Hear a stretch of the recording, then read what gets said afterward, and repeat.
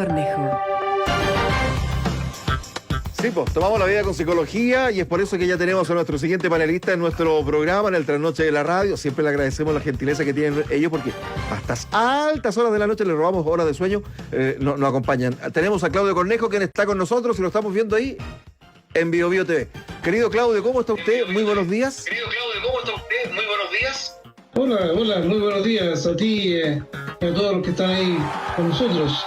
A Willy, que parece que está viviendo también, ¿no es cierto? Sí, está William Rebolledo allí. A ver si baja un poquito el retorno porque nos escuchamos de vuelta y está como muy fuerte el nivel de volumen que tiene ahí. Entonces nos escuchamos ahí con... ¿ves?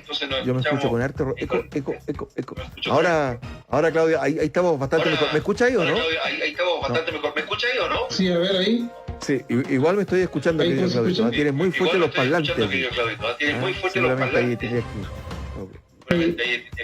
Deja ver qué parlante está conectado porque sí, no... claro. Ahí no, ahí. A ver. No, ahí está. ¿Ahí? Ahí está. Sí, ¿Ahí? seguimos. Sí. No, sonamos. Ahí. ¿Cómo está ahí? Ahí sí. ¿Ahí sí? No, igual no escuchamos, Claudito, ¿ah? Igual no escuchamos con el eco de fondo, pero bueno, ahí vamos a tratar de ver si lo podemos resolver nosotros acá de una manera distinta. Claudio, vamos a hablar hoy día de la personalidad, ¿te parece? Hablemos de las personas que son tímidas, que tienen más personalidad, que son más extrovertidas. ¿Es una virtud o es parte del desarrollo humano? La personalidad es una característica inherente a nosotros como seres humanos, es propio de nosotros, es lo que nos define como personas. Todos nos vamos construyendo con una personalidad. Uno puede transformarse de perro y tener su personalidad, por ejemplo. Nosotros sí, porque nacemos como animalitos y todo el proceso de socialización nos va llevando a ser personas con nuestras características propias. Tiene que ver con el temperamento, con lo instintivo, con la cultura familiar, social, en fin, con todo lo que vamos construyendo, eso va definiendo lo que es nuestra personalidad. Oye, Claudio, cuando hablamos de una persona que tiene que tiene poca personalidad, ¿puede mejorarlo un tema que uno tiene que trabajar o la persona nace siendo poco socialmente poco efusivo, ¿no? Sí, bueno, la personalidad, como te decía, es todo lo que somos. Que confundimos un poco el concepto con desplante, con habilidades sociales. Hasta el más callado, el más tímido tiene personalidad porque se construyó como persona. Ahora, esas características que vemos, que es poco efusivo, poco empático, tímido, extrovertido, introvertido, son cosas que uno lo va desarrollando de acuerdo a sus necesidades ambientales. Por ejemplo, si alguien necesita exponerse más a un público, va a tener que desarrollar más esas habilidades, o bien desistir y buscar algo que lo exponga menos. Pero todo eso también se va construyendo desde los primeros años de vida y lo vamos desarrollando en la medida que vamos creciendo. Ahora, cuando ya somos adultos, ponte tú, y las personas siguen siendo tímidas, ¿es un tema que se puede reforzar, se puede recuperar, se puede mejorar o no? Sí, siempre se puede. Porque una persona tímida en general no lo pasa muy bien. Porque siempre va a estar evitando conductas evitativas, o bien si se enoja va a ser incluso muy frontal o muy agresivo, porque no va a tener la habilidad para poder negociar, para poder desenvolverse con soltura, con técnicas para convencer, para manejar situaciones. La persona tímida es más bien una persona que le cuesta poder expresar lo que le pasa, le cuesta poder decir de buena manera lo que piensa y siente. Y por eso entonces que se quedan muchísimas personas tímidas pensando y participando en la conversación, pero teniendo mucho temor a decir algo porque pueden ser juzgados, porque pues, esos son temores, obviamente, que pueden ser juzgados, que van a decir malas cosas, y cuando intentan decir algo, el nerviosismo es tan grande que lo bloquea y termina sucediendo lo que ellos pensaban que iba a suceder. Oye, nuestros auditores, si quieren interactuar con nosotros, lo pueden hacer a través del WhatsApp de BioBio, el más 569-9200-7888. Cuando uno dice, tengo pánico escénico, se puede generar pánico al enfrentarse a otras personas, ¿no? Sí, sí, hay una cierta cantidad de personas que sienten mucho temor frente a eso, frente a exponerse, frente a poder decir tal o cual cosa. Más de 5 personas o 3 personas les genera conflictos, sudor, la respiración se acelera, hay fuga de ideas, iba a decir algo y ya no sé cómo decirlo, se ponen sonrosados, la cara roja, en fin, hay un montón de síntomas físicos que van asociados a este espacio social. Entonces, es muy fuerte en algunas personas que llega incluso a esconderse y sin siquiera tener crisis de pánico, que la crisis de pánico es un poco también en algunos tender a arrancar del espacio social. Pero sí, sin crisis de pánico hay muchas personas que evitan el contacto social. Oye, acá auditores nos preguntan, están interactuando con nosotros, ¿cómo hago para que mi hijo tenga personalidad? ¿Cómo reforzamos eso en definitiva?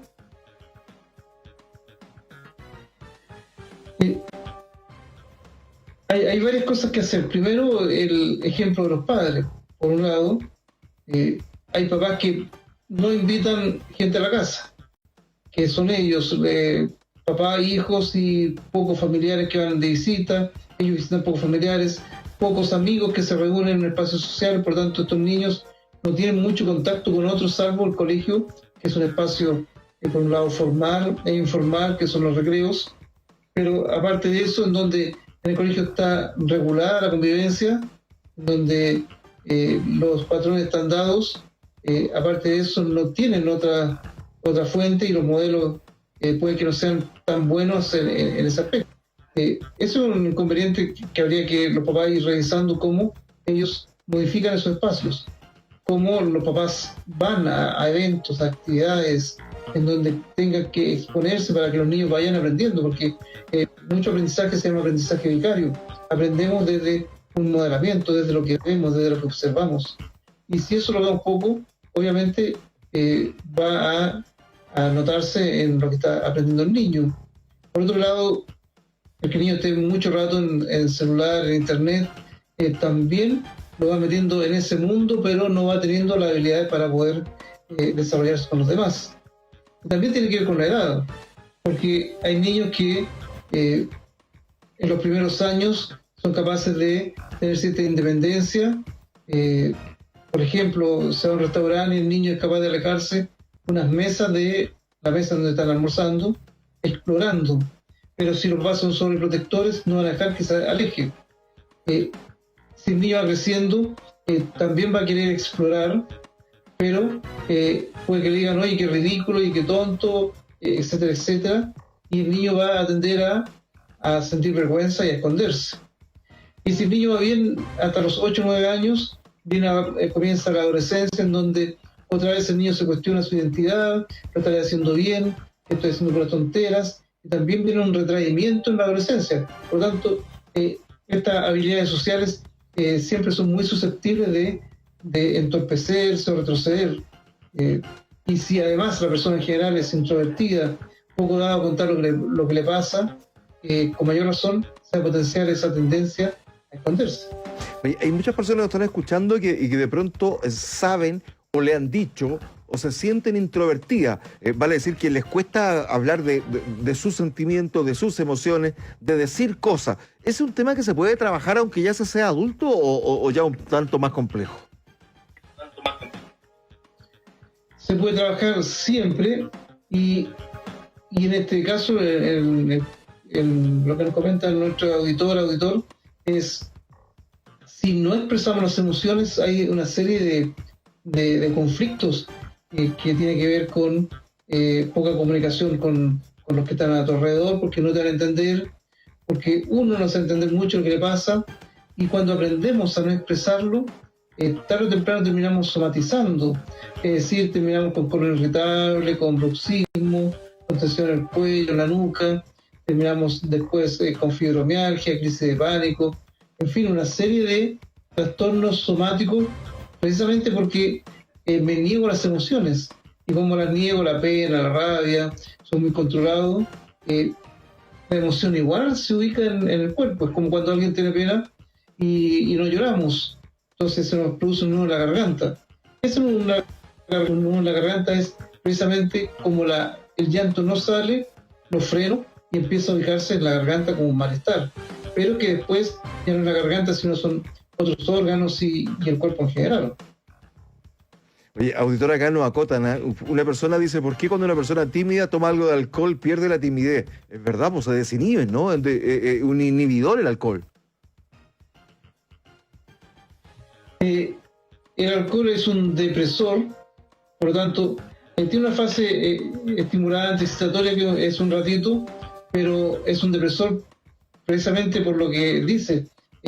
Con la corteza frontal, aquí estamos todo lo que somos, es decir, en la frente, en toda esa área del cerebro, tenemos una capacidad para reflexionar, para tener control de emociones, para proyectar valores, empatía, motivación, proyectos, todo está en esa área.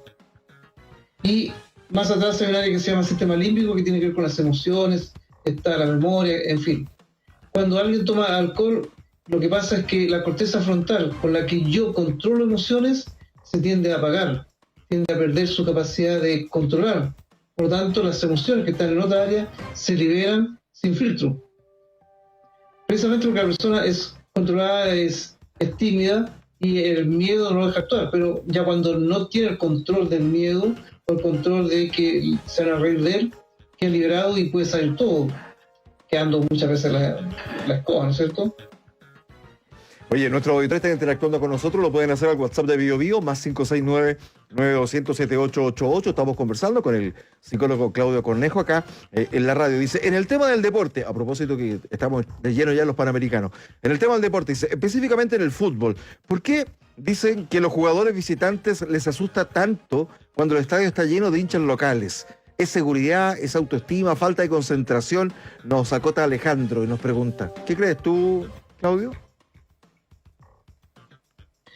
Es que en esos casos te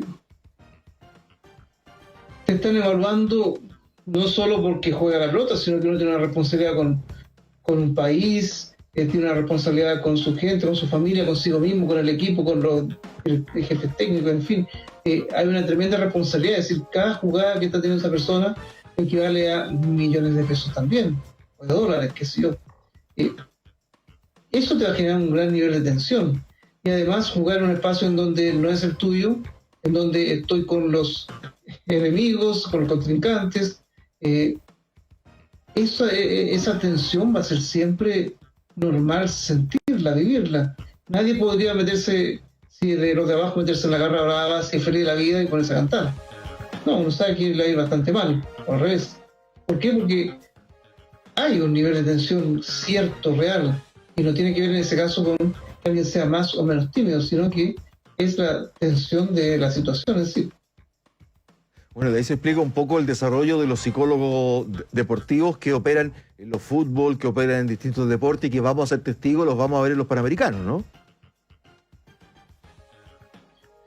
Sí, porque es como, precisamente atiendo un jovencito que tiene un buen ranking a nivel nacional en tenis de mesa, tiene 16 años, y él va a consulta precisamente para esto que estamos conversando. Él se distrae de repente con lo que dice el público o con algún objeto del contrincante o cualquier cosa que pase. Y en ese deporte, como mucho quizás, hay que tener un alto nivel de concentración. Así hemos estado trabajando precisamente cómo se concentra en lo que le corresponde a través de técnicas de relajación, hipnosis, en fin. Y le ha ido bastante bien porque ha ganado varios campeonatos. La última vez, por ahí por el 20, andaba por allá por Villarrica, representando. Tiene que ver con cómo aprendemos a canalizar las emociones, porque las emociones son los que nos juegan en contra. A lo mejor alguien tiene muy buenas ideas, excelentes ideas, pero el temor a exponerse, a que le digan algo, a que lo puedan ofender, tiene que ver con historias más antiguas, no con el presente, porque lo más probable es que como adulto tenga una lógica racional de cómo decir las cosas como cualquier otra persona. Pero esos temores son tan potentes que me tiran a tierra todo posible discurso. Oye, yo creo que tú apunta a un tema que me parece muy importante, porque hay muchas personas que están muy bien hasta el momento que les llega la crítica, que no toleran la crítica. Una crítica que sea bien intencionada, en fin, pero crítica en definitiva, que no es aprobación necesariamente de lo que está haciendo, están diciendo, y lo descompone absolutamente, ¿ah? Sí, porque primero, si lo asociamos a este tema que estamos revisando, no es fácil aceptar una crítica. Hay que prepararse, hay que tener varios elementos para poder aceptar, porque la tendencia es a sentir que lo están atacando. O sea, toma una crítica como me están atacando, me quieren destruir, me quieren ofender, me quieren poner el pie encima, que se cree de dónde salió, en fin. Me hundo o ataco, o me defiendo, pero las personas, en la medida que van madurando, en la medida que van entendiendo cosas, en la medida que van tomando información del medio, van pudiendo discernir una crítica que le resulte positiva para mejorar algo, o una crítica que tenga poca base y que la va a desechar. No sé, uno piensa en los políticos que reciben críticas a cada rato, un árbitro de fútbol que recibe muchas críticas. Es gente que en alguna medida se va preparando para recibir críticas y poder tomar esos elementos para sacarles provecho. Pero el común de los mortales, una crítica nos va a doler, nos va a complicar. La gracia o la sabiduría está en tomar esa información, determinar cuánto le puede servir para modificar cosas, y uno lo ve en la empresa. Está el libro de reclamos, sugerencias o felicitaciones. Es decir, se ha estandarizado y legalizado en alguna medida el libro, que debe estar ahí con un lápiz donde uno dice algo, y con nombre y apellido del trabajador que dijo tal o cual cosa, que te fuerza también, en alguna medida también, es a tener buenas habilidades sociales, tener un buen trato, porque si alguien me reclama, si no sé manejar la situación de conflicto, obviamente voy a tener una sanción y me puede costar incluso el trabajo. Oye, acá nos escribe un auditor, dice, hola, quiero decirle, nos escribe Eduardo, dice, yo fui tímido hasta los 20 años. Una vez que me inicié como vendedor oftalmológico, tuve seminarios de venta y eso me ayudó mucho como terapia. Me capacité en una empresa sueca por medio de prácticas teóricas visuales y charlas con un jefe de venta muy bueno en lo que hacía. Y ahora dice, ya no tengo esa timidez. Nos escribe en este momento Eduardo a esta hora a través del WhatsApp. Está muy bien lo que dice Eduardo, porque la timidez se vence y no es tan difícil.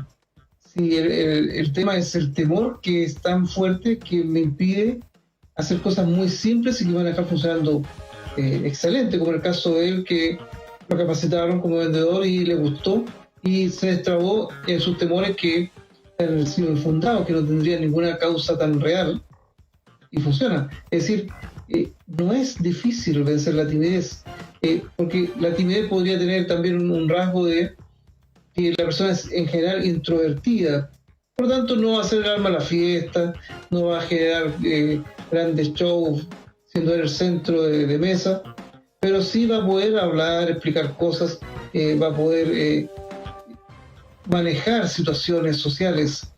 ¿Por qué? Porque no es extrovertido, es introvertido, pero sí puede tener la capacidad de hacer clases, la capacidad de ser un buen actor, la capacidad de dar discursos, pero sacar el discurso, sacar la obra de teatro y el tipo sigue siendo tímido, calladito, de pocas palabras, pero puede desempeñar bien los roles en los que se ha preparado o que le han asignado. Y eso es un poco la debilidad, es decir, cómo tener todo ese desplante, todo ese conjunto de herramientas que me permita poder funcionar en todos los espacios sociales que me voy desenvolviendo. Independiente si soy bueno para contar mis cosas o no. Independiente si en el momento que se acaba el show me quedo en un rinconcito pensando o sigo ahí contando chistes. Pero las habilidades sociales tienen que ver con eso, como yo cumplo los roles que me corresponde de buena forma y teniendo todos los elementos para transmitir una comunicación que sea eficaz. Oye, acá un auditor nos pregunta, y que tiene toda la razón, ¿por qué nos interesa tanto a las personas el qué dirán? Buena pregunta. Sí, en cualquiera, eso que dice acá nuestro amigo tiene mucha razón, nos interesa mucho el qué dirán, y otros dicen, a mí no me importa lo que dicen. Entonces, es porque nos interesa mucho o porque no nos importa. Pero en general siempre nos importa. Y nos importa porque en alguna medida nos construimos como seres sociales, y esa construcción pasa por que se esperan conductas de uno en tal rol o en tal función. Se espera que el vecino tenga conductas de vecino. Se espera que el vendedor del almacén tenga conductas de vendedor de almacén. Existen estos perfiles de trabajo en las empresas donde cualquier cargo tiene que tener ciertas habilidades de la persona, ciertas funciones, habilidades blandas que se llaman a nivel de trabajo, que es empatía, resolución de conflictos, en fin. No vivimos solos, somos seres gregarios, por lo tanto, siempre dependemos de otros. Si gestiono bien una conversación con los vecinos, lo más probable es que podamos tener una junta de vecinos. Si gestionamos bien la junta de vecinos frente al municipio, lo más probable es que tengamos luminarias. Pero ¿quién va ahí? El que tiene esas habilidades. Es por eso que dependemos siempre de los otros para cualquier cosa. Y es ahí donde uno dice, bueno, prefiero no exponerme porque que sea que van a decir de mí. Y ahí surgen las inseguridades propias, los temores propios, que no son ciertos, por suerte, porque lo más probable es que uno funciona muy bien. Son pocos los casos de personas que no pueden desenvolverse socialmente, ya sea por alguna patología más compleja, hay ciertos niveles de TEA, que se llama autismo, Asperger, donde a la persona le cuesta un poco más tener esas habilidades sociales, pero con el tiempo, en estos tiempos, se educa a estas personas que tengan mayores habilidades en algunas enfermedades como personalidad esquizoide, que la persona tiende a aislarse también, pero son casos puntuales, ¿no es cierto?, determinados, claros. Y en el resto de las personas, todos pueden ir desarrollando esos elementos para poder sentirse parte de algo y disfrutar. Oye, bueno, esto tiene relación un poco también con esta sensación de poca tolerancia a la frustración que tenemos las personas, ¿no? Cuando te critican, cuando te dicen cosas que no te gustan, cosas que a veces te van a incomodar. Bueno, un poco apunta a eso. Y a mí me cuesta entender, por ejemplo, que la gente se dedique al mundo de la política cuando evidentemente siempre lo van a criticar y de mala manera, o hay gente que se dedique a ser árbitro cuando en el estadio todos lo quieren linchar, digamos. A mí me parece extraño esos medios masoquistas que son. Sí. Bueno, porque la frustración tiene que, no puede generar varias cosas. La frustración es sentir que tú vas a hacer algo y que no lo logras porque alguien te frenó la posibilidad, porque uno no es tan inteligente y por eso siempre me salen mal las cosas, porque los otros me tienen mala, porque tengo mala suerte, en fin. Atribuimos a muchas cosas nuestros fracasos, porque el fracaso se entiende como algo terrible, pero y frustración se asocia a fracaso y no se asocia a que descubro una nueva puerta que no debo abrir, porque a lo mejor hay 100 puertas y usé 80 puertas tratando de llegar como el concurso que había antes, la puerta A, B o C, y se ganaba un auto. Acá hay 80 puertas y me quedo en 78, pero ya sé que hay 78 que ya no me voy a volver a equivocar. Es decir, el aprendizaje, aquí tiene que ver con el aprendizaje, aprendemos muchas cosas por error. Me resultó o no me resultó.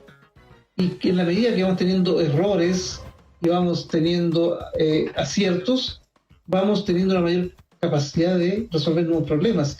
Y eso lo llamamos inteligencia, a la capacidad para resolver nuevos problemas. Pero un problema siempre lleva aparejado un éxito y muchos fracasos. No es que funcionemos siempre con éxito, porque no sería aprendizaje. El aprendizaje tiene ese margen de error que es bastante alto. Oye, voy a revisar algunos mensajes de nuestros auditores que nos están escribiendo a través del WhatsApp. Dice Mauricio, en mi caso es diferente, yo tengo excelente personalidad y puedo hablar cualquier tema a veces incomprensible por la sociedad. Me siento sobredimensionado, superior al resto de los demás.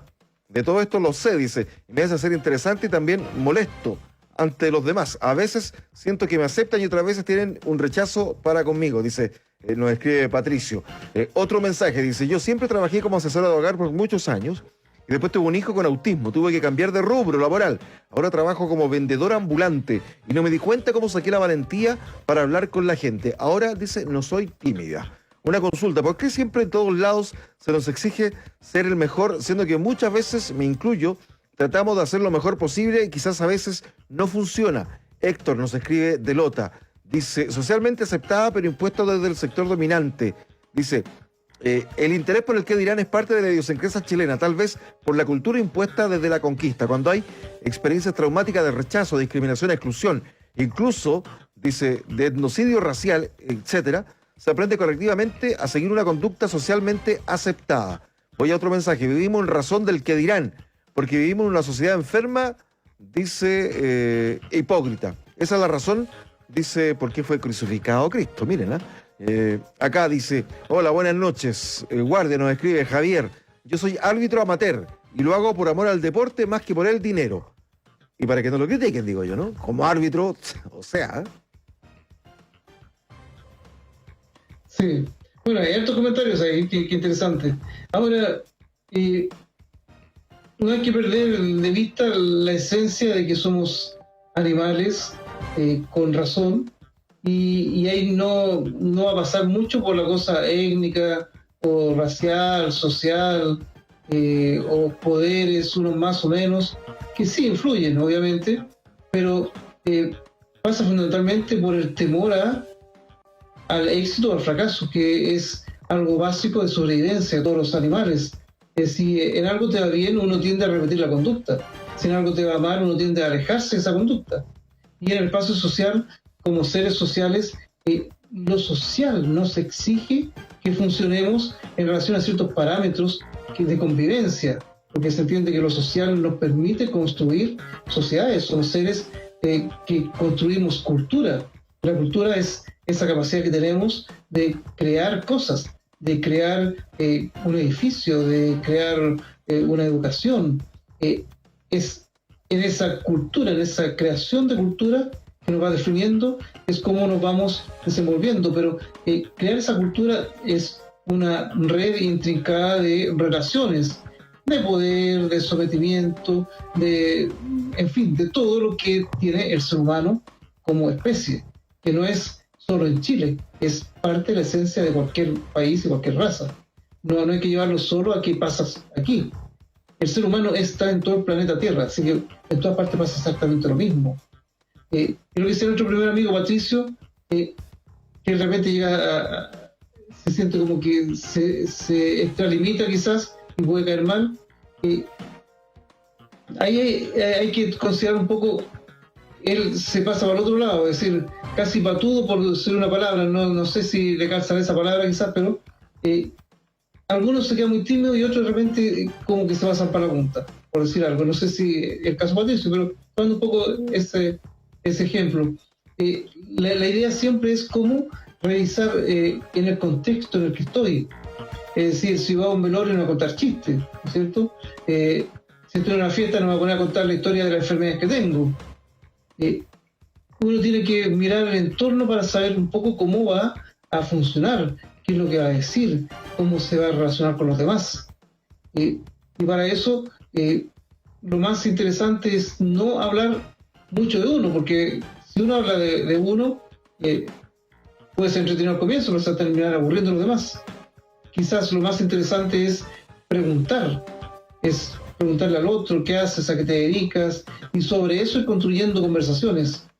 Eso permite que todos participen, que todos puedan expresar algo, no meterse en temas complejos. ¿Cuáles son los temas complejos? Son tres, ¿no es cierto? Política, religión y deporte, fútbol.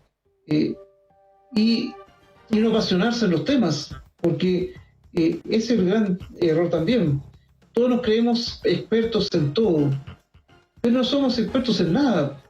quizás a ti te pasó, Mauricio, a mí en la universidad de repente te hablaban de una asignatura a un profesor, y te das cuenta que lo que tú sabías era tan poco porque ese profesor sabe mucho. Pero cuando te tocaba investigar, ese profesor sabía poco en relación a los otros que sí han investigado más. En mi ciencia también, es decir, cuando me meto en un tema y descubro que ese que hizo tal cosas lo aprendió de otra investigación, entonces uno se ubica en el punto final del conocimiento, es decir, uno sabe un 0,01 y quizás con esa humildad es como podemos plantear conversaciones que no nos van a generar conflicto con los demás, y los demás se van a sentir que pueden expresar su punto de vista, porque si hablamos de economía o hablamos de política, todos son expertos, pero ¿somos expertos? ¿O es un simple comentario, una simple opinión? Si lo dejamos en una simple opinión lo podemos pasar muy bien. Si lo planteamos como que son las verdades absolutas, ya eso va a generar conflicto y vamos a caer mal y vamos a sentir el rechazo y vamos a tender a enojarnos o a no ir más a esa reunión. Oye, tú tocaste un tema que me parece súper importante. Estamos conversando con Claudio Cornejo, psicólogo, de estas personas que son el yo-yo, ¿ah? Que yo hago, que yo digo, que yo pienso, que yo escribo, y en el fondo siempre la conversación gira en torno a ello. ¿Qué puede desprender que hay detrás de esos yo-yo, digamos? Había un psicólogo, Alfred Adler, que él fue muy enfermo en su vida y elaboró la teoría del complejo de superioridad. Y decía que el complejo de superioridad no es que alguien sea superior, sino que es el mismo complejo de inferioridad. Entonces a mí se me ocurrió un ejemplo, es decir, uno es tan bajito que anda en medio de un montón de gente y no lo ve nadie. Entonces, ¿qué hago? Me pongo unos zancos y ahora todos me ven. Es decir, mi complejo de inferioridad ahora se ve como complejo de superioridad porque todos me miran, porque necesité sobresalir para que se dieran cuenta que yo me sentía inferior. Entonces, las personas que hablan de sí mismos es un poco eso, es decir, querer validarse frente a los demás, porque precisamente de lo que hablan hay muchas carencias en ese aspecto. Cuando alguien tiene cosas, sabe lo que vale, no necesita verbalizarlas. La gente se da cuenta, oye, el tipo que es simpático, que bondadoso, el tipo que es gentil, la señora, qué sé yo, que cocina rico, pero no quedan diciendo cocino rico y nadie ha visto que hicieron un pastel.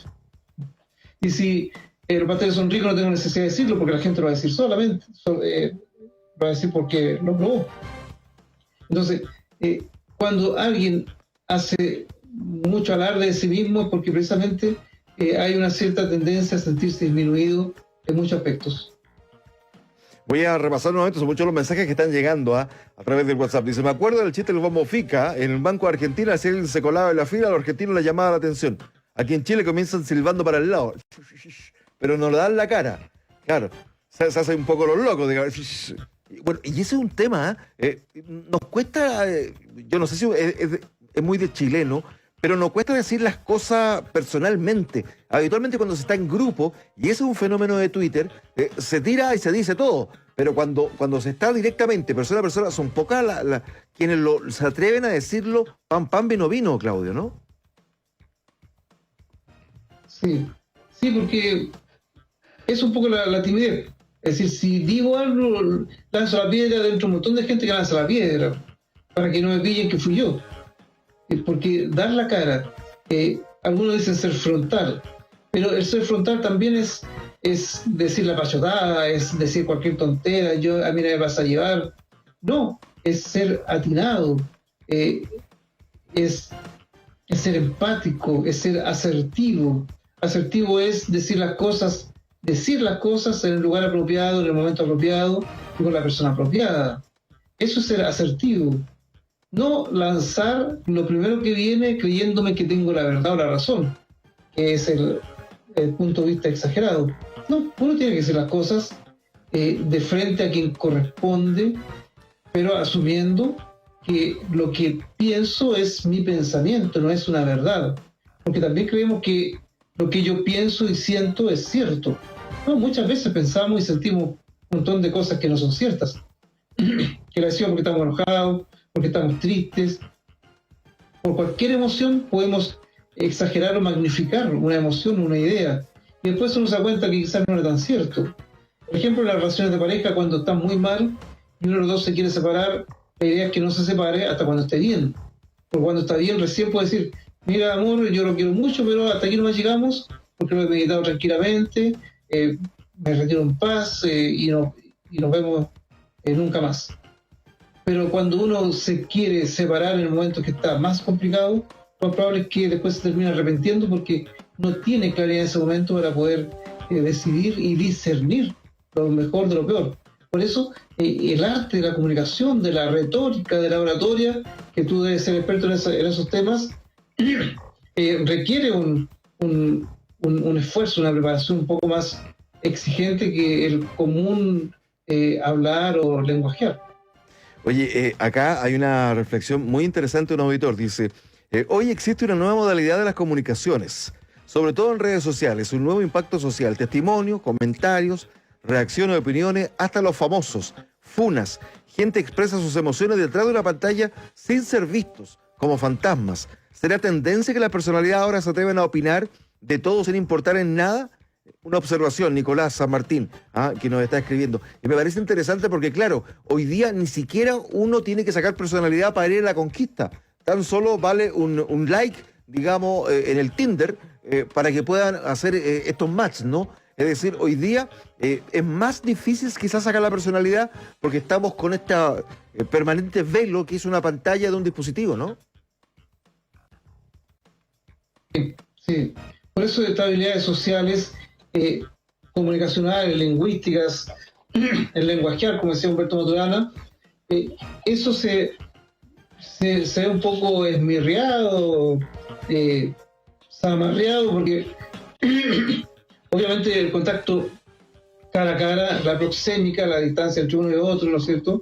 La gestualidad, el paralenguaje, en fin, hay un montón de elementos que enriquecen la comunicación en vivo, en directo. Lo que uno puede entonces ahí darse cuenta en qué estoy más débil, porque opinaron 10 en una reunión y yo me quedé callado, por lo tanto algo me falta, algo me pasa. Pero detrás de un computador todos somos dioses, pero es una realidad virtual, no es cierta. Bueno, y eso nos lleva necesariamente a una sociedad muy distinta, porque hoy día, antes me acuerdo que los papás le decían las cosas pan, pan, vino, vino, digamos, aunque le incomodara. Ahora lo más probable es que envíen un WhatsApp, digamos, para decir las cosas más incómodas, más que decirlo en persona, Claudio. Y es cierto, porque en pacientes que tengo, la señora no se atreve a decir las cosas al esposo, así que se las manda por WhatsApp. Porque así se asegura de que cuando el esposo llegue no se genera un conflicto porque ya pasó horas o pasó un rato en donde la emoción ya ha ido decantando. Sí, se está usando así. ¿Se puede hoy día entrenar para obtener y poder sacar más personalidad, Claudio, no?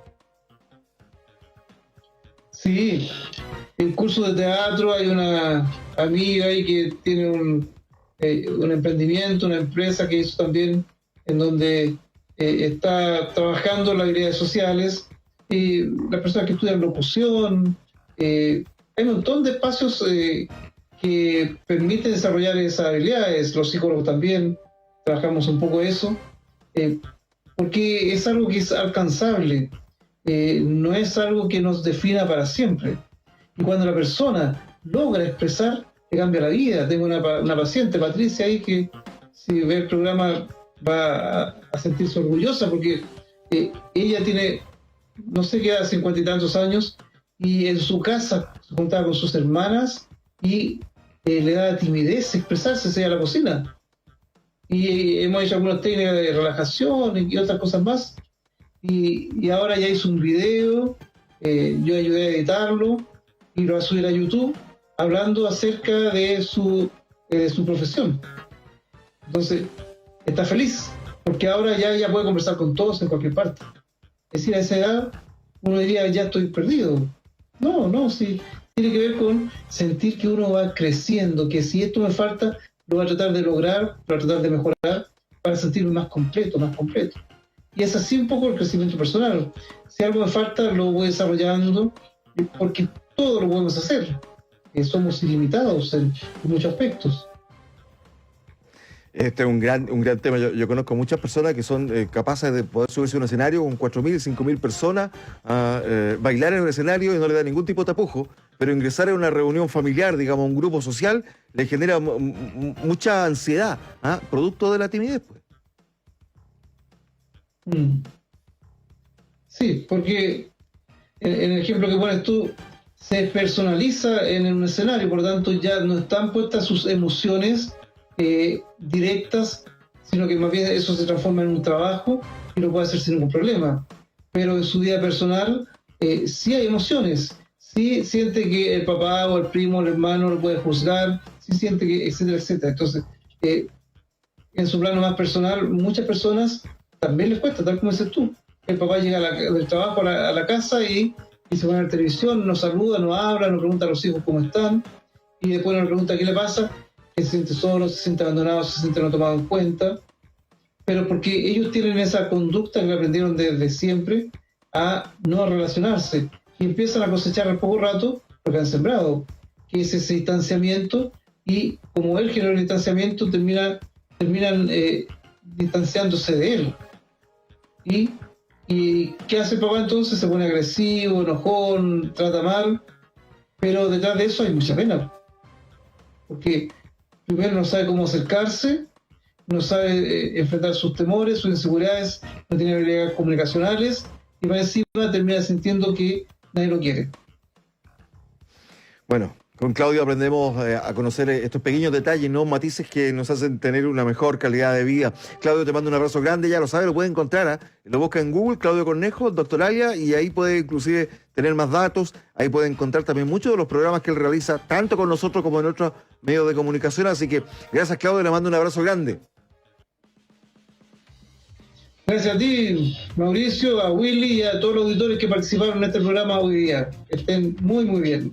Bueno, muchos auditores que siguen opinando y vamos a repasar las opiniones a medida que avance nuestro programa. Claudio Cornejo, nuestro invitado, nuestro panelista, psicólogo, conversando con nosotros acá en el Trasnoche, en Bio Bio.